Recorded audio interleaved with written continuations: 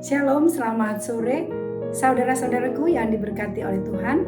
Sore hari ini kita akan mempelajari pelajaran sekolah sahabat kita dari pelajaran ke-13 dengan tema besarnya adalah peliharalah kasih persaudaraan. Dan judul yang akan kita pelajari pada sore hari ini adalah waspadalah terhadap ajaran yang beragam dan aneh. Mari kita sama-sama tundukkan kepala dan kita berdoa. Terima kasih Tuhan, kami rindu mempelajari pelajaran sekolah sahabat kami hari ini. Berkatilah kami supaya kami boleh mengerti sehingga kami boleh menambahkan iman percaya kami tentang Yesus yang menjadi juru selamat dan kasih karunia yang besar bagi kehidupan kami. Terima kasih Tuhan. Kami berdoa di dalam nama Yesus. Amin. Bapak dan Ibu yang diberkati oleh Tuhan, hari ini kita mempelajari pelajaran dengan judul waspadalah terhadap ajaran yang beragam dan aneh. Rasul Paulus menegaskan bahwa kita semua adalah anggota keluarga raja, imam besar kita yaitu Yesus. Kita adalah saudara dan saudarinya. Yesus tidak malu menyebut kita, Anda dan saya sebagai saudaranya. Saudara dalam ikatan keluarga Kristus. Ada kasih persaudaraan yang mencakup saling mengasihi, lalu saling menasihati dan saling membantu. Dalam Ibrani 4 ayat 2 dikatakan, hendaklah kamu saling membantu. Nah, dalam Ibrani 13 ayat 9 yang menjadi fokus pembelajaran kita hari ini, tertulis, janganlah kamu disesatkan oleh berbagai ajaran asing. Sebab yang baik adalah bahwa hati kamu diperkuat dengan kasih karunia dan bukan dengan berbagai makanan yang tidak memberi faedah kepada mereka yang menuruti aturan-aturan makanan macam itu. Jadi, apakah yang dimaksudkan dengan ajaran asing di sini?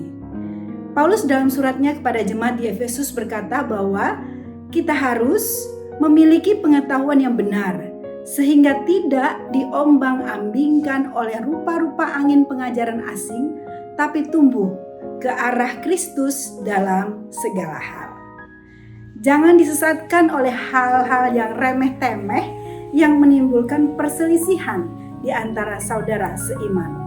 Nah, ayat ini juga tidak lepas dari ayat sebelumnya, saudaraku, yang menganjurkan kita untuk meneladani iman para pemimpin termasuk rasulnya yang mengajarkan tentang kebenaran firman Tuhan dan mereka setia pada imannya.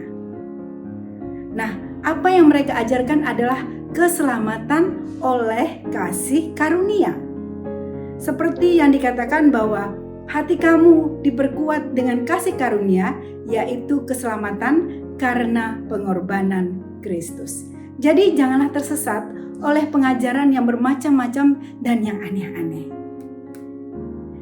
Inti pengajarannya adalah keselamatan adalah anugerah. Keselamatan adalah kasih karunia.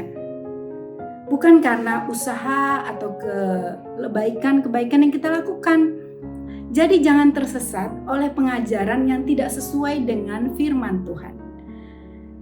Jadi jangan tersesat oleh pengajaran yang tidak pernah didengar atau yang sama sekali asing. Jadi jangan tersesat oleh pengajaran yang membuat bingung atau menggoncangkan iman. Misalnya tentang Trinitas. Ada yang mengatakan bahwa Roh Kudus bukanlah oknum kealahan dan lain sebagainya. Nah, hubungan antara makanan dan ajaran palsu dalam konteks Ibrani 13 ayat 9 adalah yang pertama, Kisah 15 ayat 20 menjelaskan mengenai peraturan tentang makanan bahwa mereka harus menjauhkan diri dari makanan yang telah dicemarkan berhala dari daging binatang yang mati, dicekik dan dari darah. Perbedaan antara makanan halal dan makanan haram serta peraturan Alkitab lainnya tidak bertentangan dengan kasih karunia. Nah, ini perlu kita tegas ingat. Pelajaran tentang makanan halal dan haram tidak bertentangan dengan kasih karunia.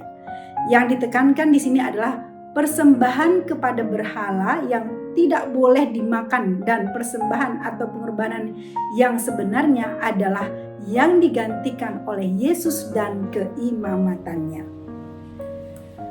Kemudian yang kedua, Paulus memperingatkan agar tidak berpartisipasi dalam ritual Yahudi atau makanan tertentu yang dirayakan sebagai perpanjangan dari pengorbanan hewan di tempat kudus dan yang seharusnya memberikan manfaat spiritual atau kasih karunia. Tapi kasih karunia tidak dimediasi oleh makanan-makanan ini. Kasih karunia hanyalah datang melalui pengorbanan dan pengantaran imamat Yesus Kristus. Orang percaya memiliki satu mezbah, yaitu salib Kristus. Nah, dalam Ibrani, kasih karunia itu berasal dari tahta Allah. Kasih karunia ini dimediasi oleh Yesus, yaitu sebuah sauh yang kuat dan aman yang diikatkan ke tahta Allah sendiri.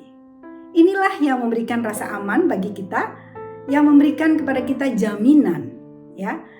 Keselamatan bukanlah karena perbuatan baik kita.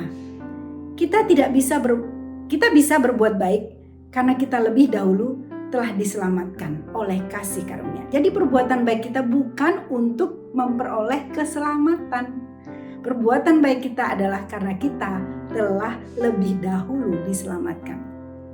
Dan ketika kita telah diperkuat dengan jalan ini, hati kita tidak akan disesatkan oleh ajaran-ajaran baru yang asing dan aneh-aneh. Dan pada akhirnya kita juga tidak akan menjauh dari Allah. Biarlah pelajaran kita pada sore hari ini boleh menjadi berkat untuk kita semua. Shalom, Tuhan Yesus memberkati.